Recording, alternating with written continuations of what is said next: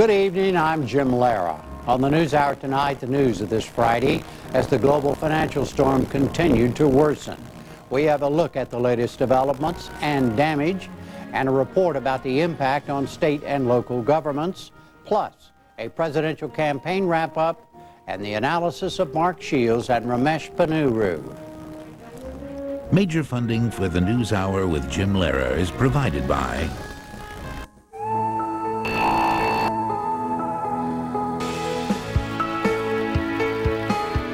With hard work and careful planning, Pacific Life can help you retire the way you want to, with mutual funds and life insurance, and with annuities that can guarantee an income for the rest of your life. Your financial professional and Pacific Life can help you reach your retirement goals. Pacific Life, the power to help you succeed. With soaring energy prices and global climate change, there are good reasons for believing in wind. Wind energy is clean and plentiful, and it answers the call for sustainable ways to create the electricity we need. We know because our sole focus is developing technology that uses the energy of the wind to generate electricity. America has some of the world's most abundant wind resources, and Vestas is here to help harness them. Chevron and the National Science Foundation, supporting education and research across all fields of science and engineering. and with the ongoing support of these institutions and foundations. And this program was made possible by the Corporation for Public Broadcasting and by contributions to your PBS station from viewers like you. Thank you. A new wave of selling swept across world stock markets today. Asian markets fell 7 to 10%. Major indexes in Europe dropped 7 to 8%.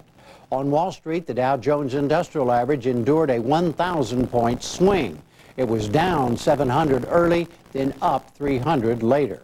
At the end, the Dow lost 128 points to close at 84.51. The NASDAQ rose 4 points to close at 1649. For the week, the Dow lost 18%, the NASDAQ fell 15%. The price of oil also plunged again today. It fell more than 10% in New York to finish under $78 a barrel. That's the lowest in 13 months. President Bush tried again today to break the cycle of panic with a new appeal for calm. He spoke this morning in the White House Rose Garden, and he said Americans are anxious, but they must not lose hope. Anxiety can feed anxiety, and that can make it hard to see all that is being done to solve the problem. The federal government has a comprehensive strategy and the tools necessary to address the challenges in our economy. Fellow citizens, we can solve this crisis, and we will. Despite that appeal, the freeze in the global credit market again overwhelmed efforts to restore order. Some Wall Street leaders said the words from the White House simply were not enough. I was watching the president speak, and I'm also looking at the Dow Jones average, and I think basically you came to a point in which the market anticipated that he was not going to tell us anything new, and at that point the Dow started increasing its downward movement. I think basically that the street was hoping for the president to say something. Later, White House officials held a conference call with top U.S. banking executives. There was word that several kinds of financial rescue plans are under review. The Wall Street Journal reported officials are considering a temporary guarantee for all U.S. bank deposits. The New York Times said they're also reviewing a British proposal to guarantee repayments on some types of loans. Any announcement may wait until the president talks with finance ministers of the leading industrial nations tomorrow in Washington. The ministers also met today and acknowledged the need for coordinated action. The financial crisis forced General Motors today to deny it's considering bankruptcy. The giant automaker sought to reassure investors after losing nearly half of its value this week. A company statement said Clearly, we face unprecedented challenges, but bankruptcy protection is not an option GM is considering.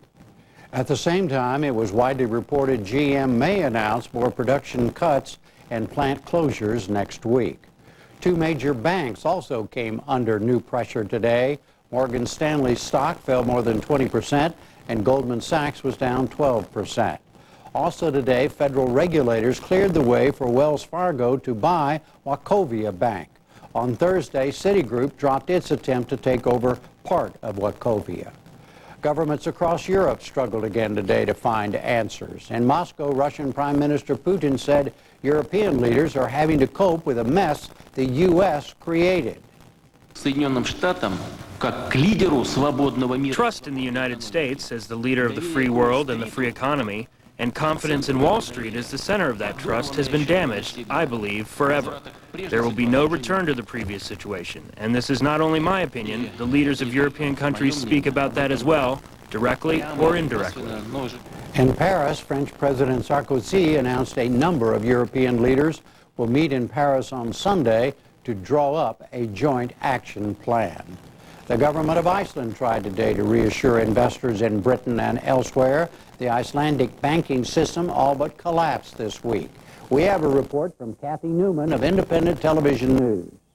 He's accelerating, paralleled up, accelerating. Iceland hasn't been on the UK's radar like this since the gunboat diplomacy of the 1970s Cod Wars. Then the squabble was over fishing rights, now financial ones.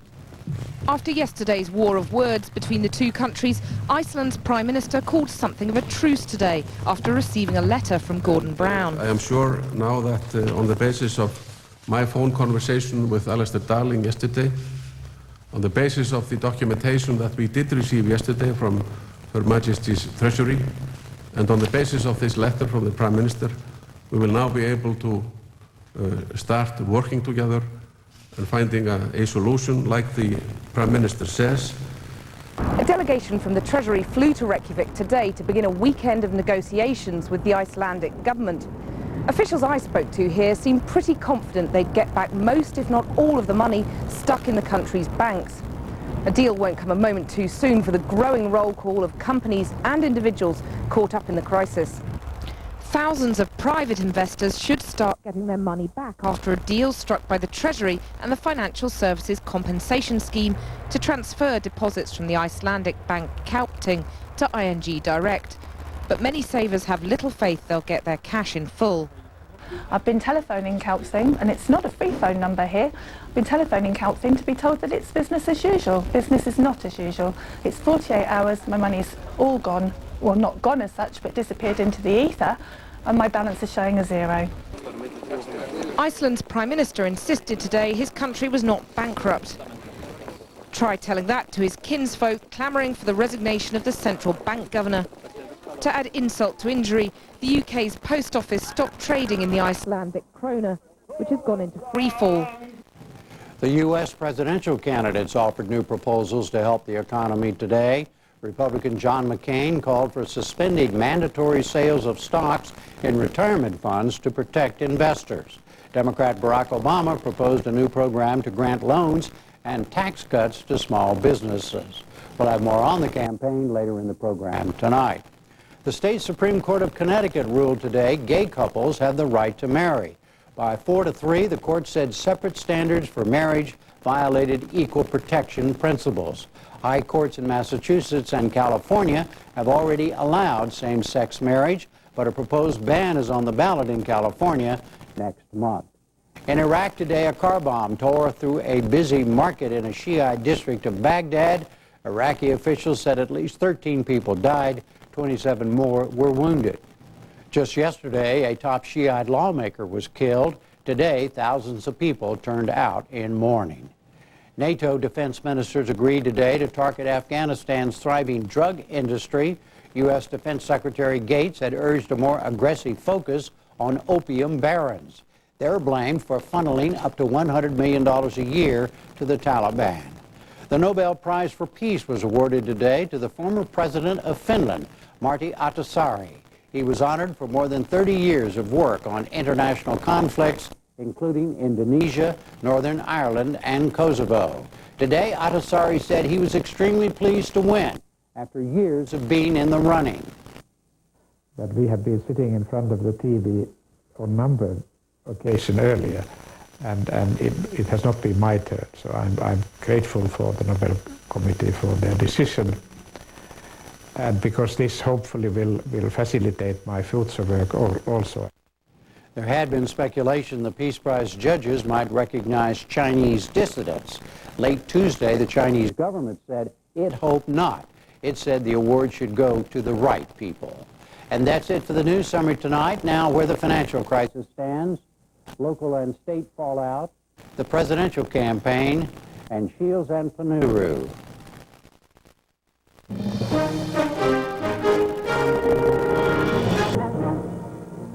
And again, Jeffrey Brown has our coverage of the financial crisis. It was just a year ago this week that the Dow Jones Industrial Average cracked the 14,000 mark. But after the worst week in Wall Street's history, the markets are down more than 40% from those highs. The crisis has spread worldwide and raised the specter of a major and prolonged global economic slump. All of this despite repeated government actions. Where are we now? For that, we turn to Paul Krugman, professor of economics and international affairs at Princeton's Woodrow Wilson School and a columnist for the New York Times.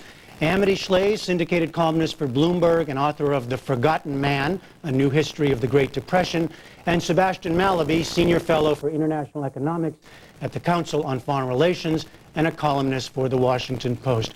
Well, Paul Krugman, you wrote in your column today that policymakers have, quote, reached the moment of truth. What does that mean, and where do you see the situation?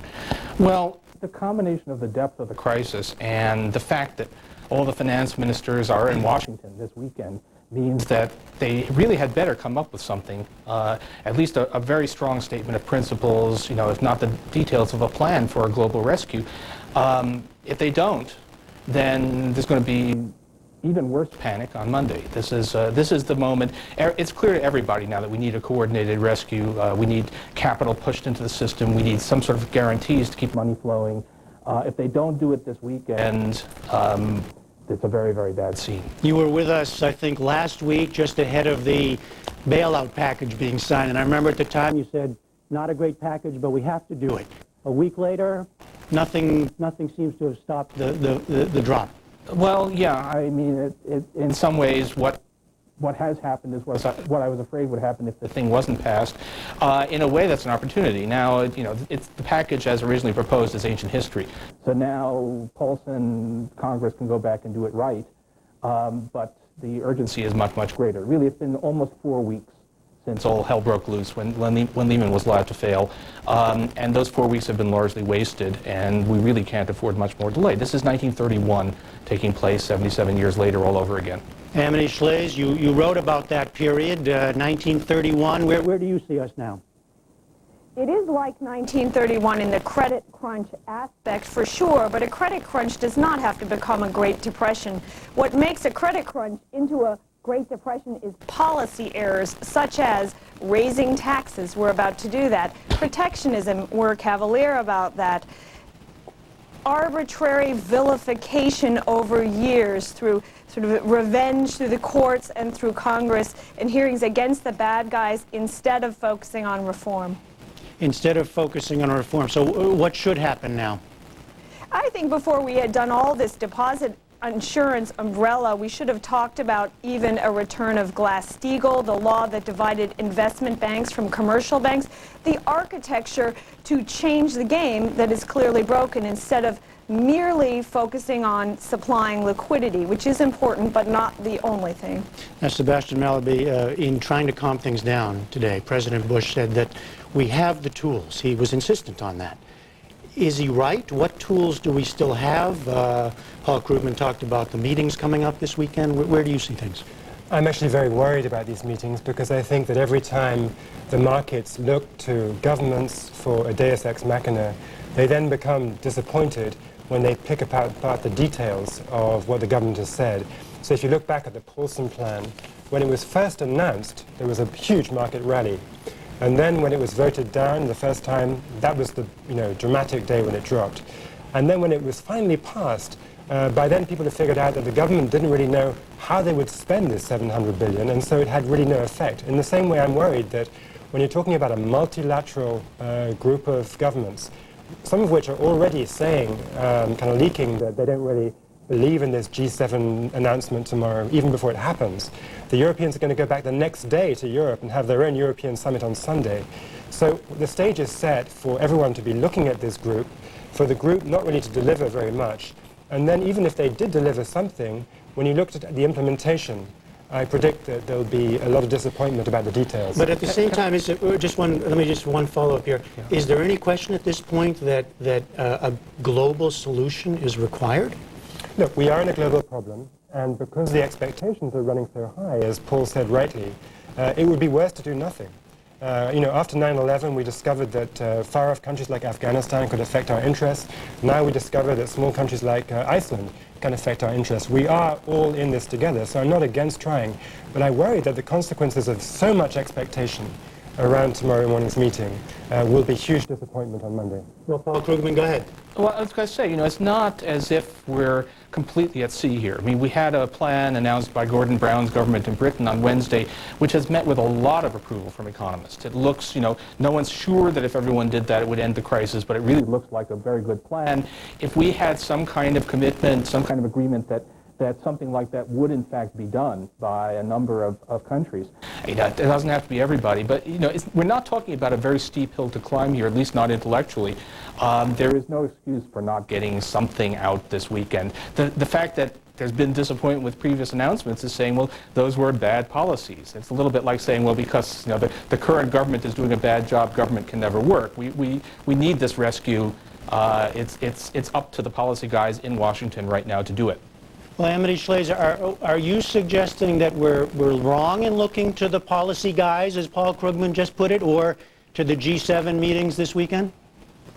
A big meeting like that is very important. One of the things I discovered in looking at the Depression was the destruction that Roosevelt wrought when he torpedoed the London Monetary Conference. Very similar event, spring of 1933. He said, I don't care, I'm a populist, I will turn to the farmers.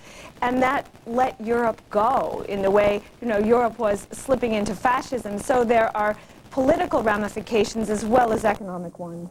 Sebastian Melby, the Washington Post today had a column that was titled "The End of American Capitalism," with a question mark. Very provocative question, obviously, but on many people's minds. Is that the right question to ask? What's the answer? What kinds of questions are out there about the larger system now? Well, it's an attractive debate to have because it's got a big title and a big question mark, and it's sort of arresting. But when we were in the Depression in the 1930s, there was actually an alternative system, Soviet communism, that some people believed in. Now, if you look around the world, we can talk about gradations of capitalism. How big should the role of the state be? What level of regulation one should have? But we're talking about shades of gray.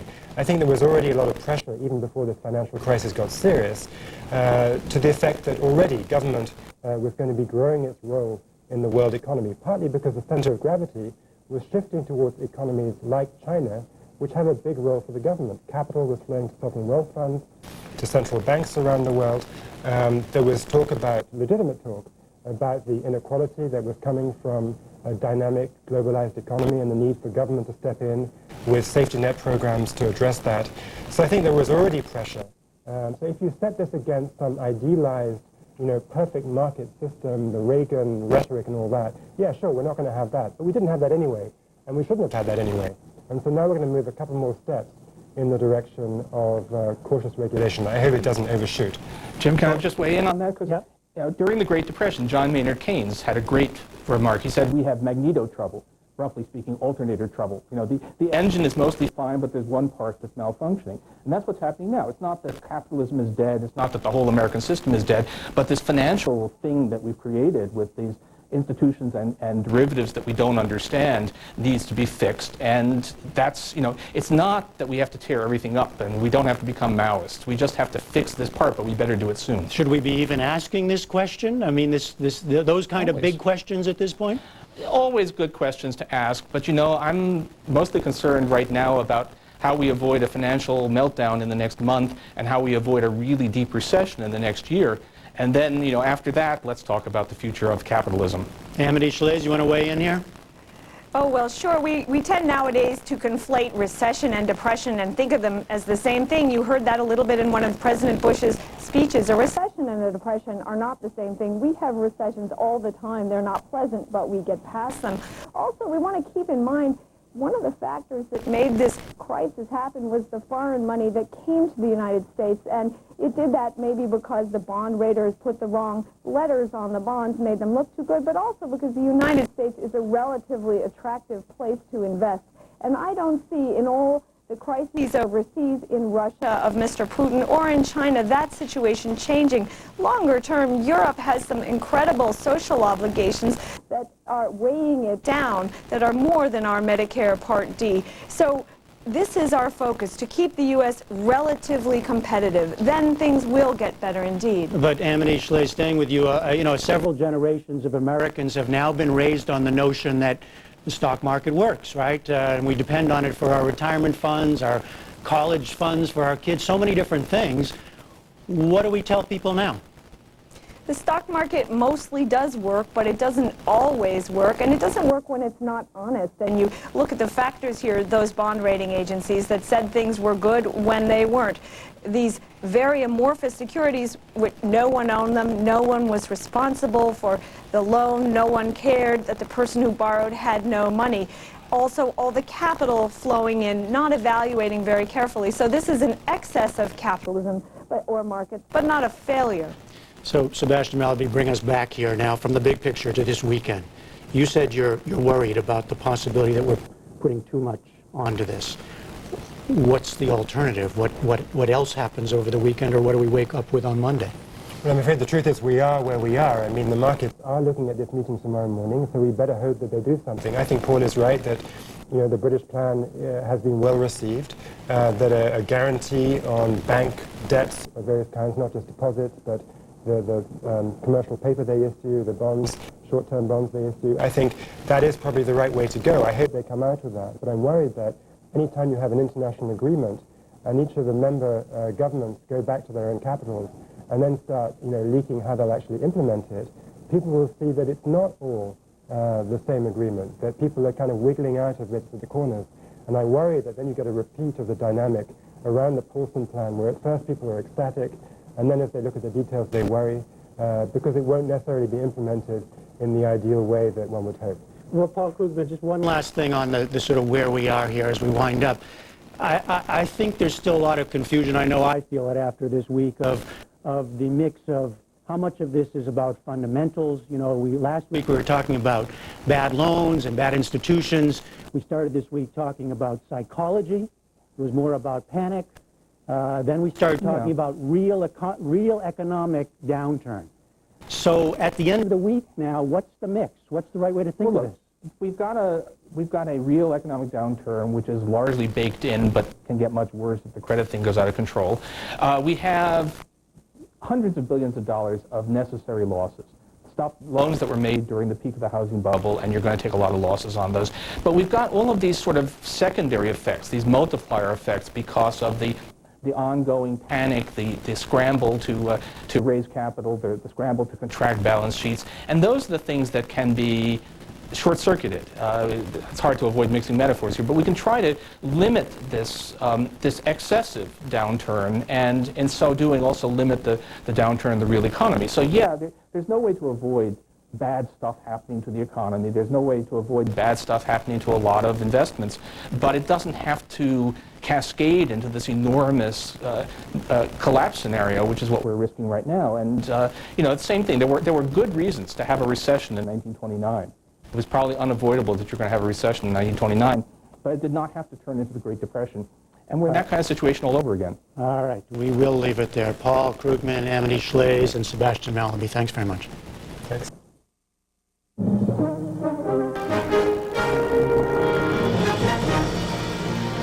Now, the spreading of the crisis to cities and states. We begin with a report from Illinois by NewsHour correspondent Elizabeth Brackett of WTTW Chicago. Just 2 years ago, Neptune Construction was bringing in $75 million a year in sales. Now, the heavy equipment that was the backbone of the company's sewer and water main installation business sits silently in the yard, waiting for the November 7th auction date. Neptune closed its doors September 2nd, laying off a staff that was as high as 250 during the busy construction season. Owner Tom DiOrio and his partner and chief financial officer, Ben DeAndrea, still can't quite believe that their nearly 30-year-old business went down so fast. Initially, when I went into the bank and started talking to the bank about renewing our lines of credit, they had felt it wouldn't be a problem. This was early in the year.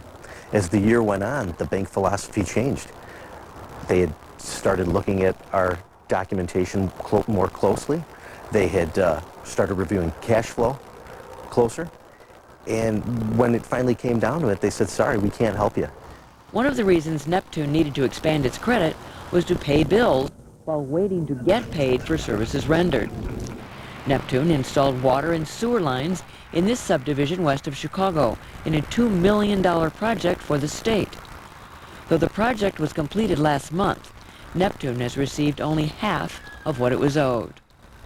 I don't know the reasons why they were delayed, but it definitely added pressure to the cash flow, which again was one of the attributing factors to us closing the doors. Illinois State Comptroller Dan Hines acknowledges the state has $1.8 billion in bills that it can't pay. Nearly $400 million is owed to groups that provide Medicaid services. Hines says the government will eventually pay its bills, but on a much slower basis than in the past. Illinois is not alone. At least 12 other states are also in jeopardy of not paying the bill.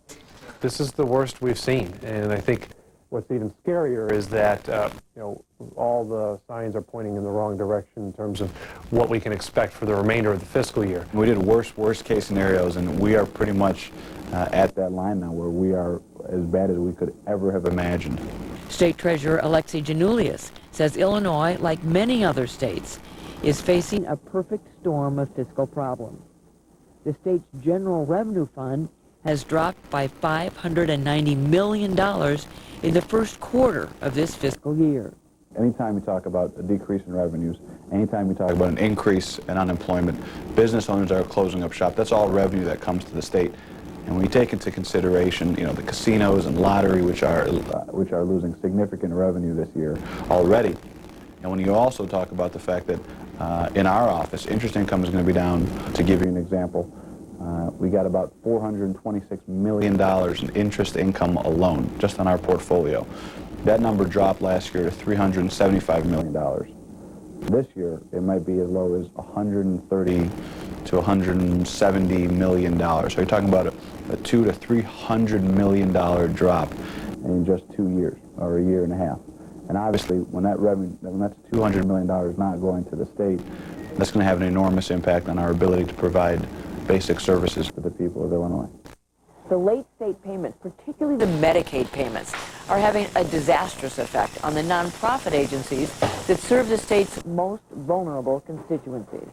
The state is $800,000 behind and 4 months late with its Medicaid payments to Blue Cap, a social service agency that serves 400 developmentally disabled kids and adults. Just like private businesses, the agency has also tried to extend lines of credit to keep the agency running until state payments come in. And just like private businesses caught in the credit crunch, Blue Cap has been turned down by banks. Executive Director Tony DeVittorio, a former priest, fears the worst for his program. Our challenges here just get deeper and deeper, and it's terrifying in a word, because I can be responsible for myself and for my family, and there's a lot of people that are involved here, but as executive director, you begin to feel responsible for the whole organization, and you begin to recognize that not only the people that we serve, who are very vulnerable and need our service and supports to be safe and to live decent, full lives, but I have staff who are also vulnerable. Keith Kinzer has been receiving services from Blue Cap for about 10 years. He says he doesn't know what would happen to him without the program. Well, could be out in the streets, could be a bum, could be in jail. So if it wasn't for these people, wouldn't be here. As state vendors struggle, Hines says he thinks the federal government needs to help out. The federal government can and should play a role, whether it's in terms of just liquidity and providing cash flow assistance. There has been precedent in recent years of the federal government offering more Medicaid dollars for states on an emergency basis. I think that should definitely be considered because the Medicaid budgets are really hurting state budgets. We're on the front lines. We are the ones who are going to be counted on to help people in their time of need. For companies like Neptune, it's too late for any federal or state help. But emergency Medicaid payments could help Keith Kinzer, and organizations like Blue Cap survive this latest financial crisis. And to Ray Suarez. Illinois isn't the only state feeling the pinch. For more on how the economic crisis is affecting states and local governments throughout the country, we turn to Chris Haney, the Director of Policy and Research at the National League of Cities, an advocacy group for municipal governments. And Chris, Elizabeth Brackett reported Illinois can't pay $1.8 billion worth of its bills. Are there many states in that level of trouble, in that deep? Maybe not quite that deep, but there are a lot of states and localities facing similar challenges. What's happening in Illinois is actually illustrative of two major challenges facing state and local governments. The first is the short-term borrowing problem that was mentioned by the business owner in Illinois, which is states and localities collect their revenues at different intervals, sometimes quarterly, sometimes twice a year, but they pay their weekly and monthly bills through short-term borrowing, much like a small business. With the credit crisis the way it is and credit having dried up a bit, that money isn't available, or the costs of that money have gone up because of interest rates, and so states and localities aren't able to get that short-term borrowing. Which states or which regions are having the worst problem? Well, the worst problems overall are in those parts of the country where the housing markets have been declining the most. So the Southwest, Nevada, and Arizona, there's some deep problems with state budgets in Florida and Georgia and South Carolina. We're seeing problems up and down the eastern seaboard from Virginia up through Connecticut and Rhode Island, including the state of New York. And then the industrial Midwest, Ohio and Illinois, are both facing budget problems. How does that work when there's a sudden decline, for instance, in the value of houses or widespread foreclosures? What are the steps before it starts to affect the state's balance sheet? Well, for the states, it happens much more quickly because the major sources of revenue are sales taxes and income taxes. So what happens is people stop spending money, making major purchases. If incomes and wages are flat or they start to go down, those impact sales taxes and income taxes very quickly. So states tend to see this happen first. For localities, the major source of revenue is property taxes.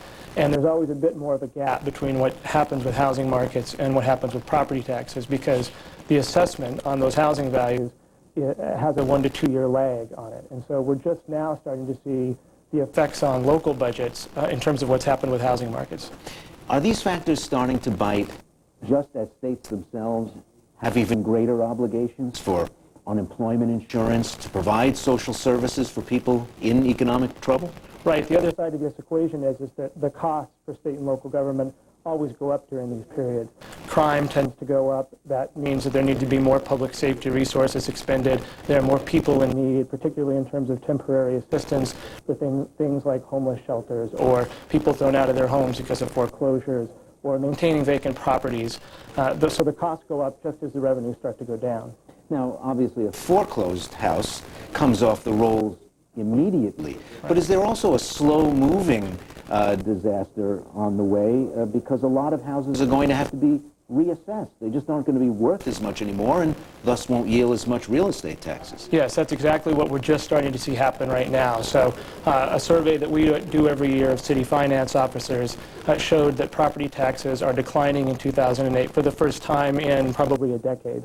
But that's probably indicative of changes in the housing market that were happening in 2007. So what's happening today with housing values still declining, the fact that we think that likely hasn't hit bottom means that we're still 2 or 3 years away from seeing the full impact in terms of the bottom for local governments. Now, in our report, we saw a state treasurer talking about how much less the portfolio for Illinois is earning. Are there states that are in trouble of, for instance, not being able to pay their pensioned employees, their retirees? That may be the case for some state and local governments. It's not clear yet what the extent of that problem is. A lot of it has to do with those portfolios and what happens with the market right now. What clearly seems to be happening is that their portfolios will decline in terms of those pension funds. And that means that they're going to have to cover their obligations out of their annual budgets, which means that's going to be another pressure, right? Their revenues are going down, their costs are going up, and they're going to have to allocate more of their annual budget to these pension funds. Now, states don't have the same kind of flexibility that the federal government has, do they? I mean, a lot of them, by law, can't run a deficit. Right. For state and local governments, they have to balance budget by state law under their state constitutions. And so these budget gaps that we're talking about, and we're looking at probably 15 states with mid-year budget gaps right now. We're looking at cities with a 3% gap in 2008. Those gaps have to be filled by the end of the year, and that's going to mean cuts in services, or it's going to mean drawing down reserves, or it's going to mean raising revenues in some way, or some combination of the three. And if a state's just trying to do the kind of thing that states do, improve a suburban arterial road, fix a water main, they're going to have trouble bonding, aren't they? Yeah, that's the other side of this equation as well. The longer-term part of the short-term borrowing story is that cities and states are entering the bond market, and there aren't takers, there aren't buyers of these bonds. That's how they fund those infrastructure projects, their roads, their bridges, their sewers. They have spent a lot of money in the last 7 or 8 years catching up to long-term deficits in that regard. But what's happening with bond financing is likely going to curtail that in the future. Chris Haney of the National League of Cities. Thanks a lot. Thank you.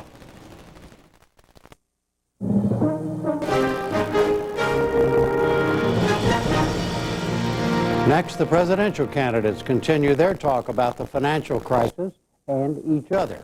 NewsHour correspondent Kwame Holman has our report. At the end of a week of financial turmoil, the major presidential nominees crisscrossed the industrial Midwest, where economic hard times are nothing new. Barack Obama began in hotly contested Ohio. In Chillicothe, he unveiled a proposal to have the government extend low-priced loans directly to small businesses in need of capital. That's what we did after 9/11. We were able to get low-cost loans out to tens of thousands of small businesses. That's one of the many steps we can and should take to help stop job losses and turn this economy around. It's going to start with a nationwide program to provide affordable fixed-rate loans to small businesses across the country. The tone of the presidential campaign became increasingly personal this week. Obama questioned John McCain's temperament, calling his response to the economic crisis erratic. McCain and his campaign repeatedly focused on Obama's association with a former 1960s radical, William Ayers, with whom Obama served on a charitable foundation board. Obama long ago denounced Ayers' actions and yesterday said he believed Ayers was rehabilitated. Nonetheless, today the McCain campaign said it plans to air this ad. Blind ambition, bad judgment. I'm mad. At McCain events this week, audience members showed anger toward the Democratic nominee. Obama talked about the angry crowds in Columbus this afternoon. I think folks are looking for something different. You know, it's easy to rile up a crowd by stoking anger and division. But that's not what we need right now in the United States. The times are too serious. The challenges are too great. McCain was in Wisconsin this morning, which was carried by Democrat John Kerry in 2004. Republican McCain is behind there, according to polls, but he has spent the last 2 days working to change that. McCain also had a new economic proposal to suspend a mandate on retirees to sell stock from their retirement accounts. Current rules mandate that investors must begin to sell off their IRAs and 401ks when they reach age 70 and a half. To spare investors from being forced to sell their stocks at just the time when the market is hurting the most, those rules should be suspended. And McCain again took aim at the cost of Obama's various economic proposals. Barack Obama will increase government spending by over $860 billion. That's on top of the trillions in debt that we've already burdened our children and grandchildren with. He claimed in our debate that somehow he'll still end up with a cut in spending. Only Barack Obama could sell an $860 billion federal spending increase as a net reduction in federal spending. Meanwhile, Vice Presidential nominee Joe Biden remained in the swing state of Missouri for a second day and sounded a familiar theme of the Obama campaign. You can't change the lives of the middle class when there's no difference, none, between what you would do and what George Bush has been doing. It's just not going to happen. It literally, it's not a political stunt, it's a fact. You can't change it. And so, folks, to paraphrase a good friend of mine, a new senator from my hometown of Scranton, Pennsylvania, a guy named Bob Casey, a great guy, by the way. Bob Casey said, "You can't call yourself a maverick when all you've been is a sidekick."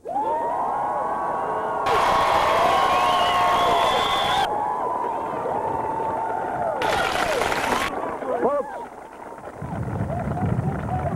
that's why I would respectfully suggest you're seeing John McCain's campaign become so erratic, relying on political stunts instead of offering sound solutions. For McCain running mate Sarah Palin, it was a day of fundraising in Ohio and Pennsylvania, with time made to cut the ribbon at a community facility in Cleveland. The McCain campaign says the Alaska governor stands by her actions involving Palin's former brother-in-law, an Alaska state trooper.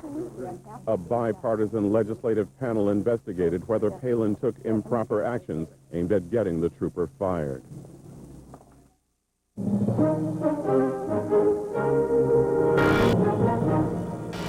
And that brings us to the analysis of Shields and Panuru. Syndicated columnist Mark Shields, National Review senior editor Ramesh Panuru. David Brooks is off tonight. Mark, is it correct to say, continue to say, that this political campaign now for President of the United States is about the economy and the financial crisis, period? It is, Jim. It's of transcendent importance, and it's not simply an issue that engages people. It's an issue that touches people and touches their lives, and for that reason, it is central. It will be with us. It's not going to go away. And I just toss in one little quirk that make a difference this time, and that is, it's been 26 years since we've had really bad economic times in this country. We had a couple of downspin in 91 and then after 2001, but we've had essentially 26 years of low unemployment, low inflation, low interest rates. And people have come to take those as a matter of course, as a norm.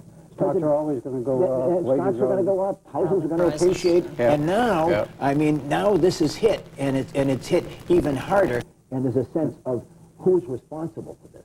And I was going to ask you, Ramesh, what's your analysis of why it is, of course, helped Barack Obama so much and hurt John McCain so badly? Well, I think two reasons. One is that there's sort of a vicious circle that McCain's campaign is in.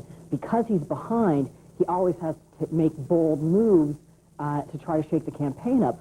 But we're in a crisis where people are wanting calm and steady leadership. So every time he takes a bold move, he begins to look a little bit more erratic, a little bit riskier.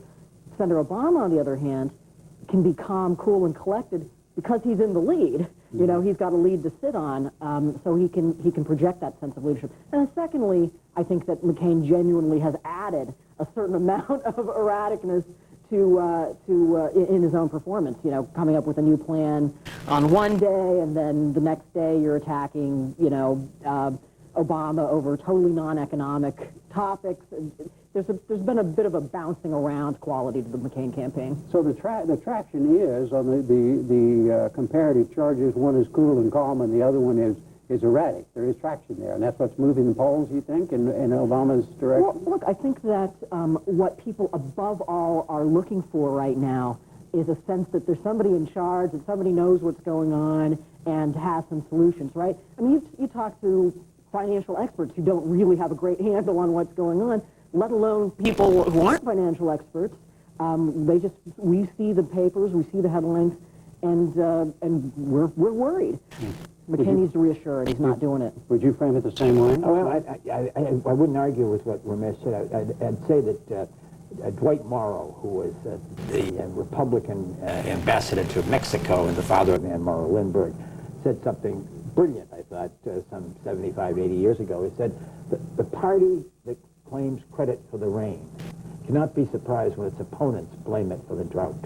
I mean, we've heard from the Bush administration it was the tax cuts that produced this cascading wealth and this creation of wealth. Even though it might not have been evenly distributed, the gross domestic product was growing. Now, when things go sour, the party that's in power bears the burden and bears the blame, and that's what's happened. And when the economy is bad, Jim, the economy is the only issue. That's why the William Ayers and the other sort of sideshows just don't get any traction.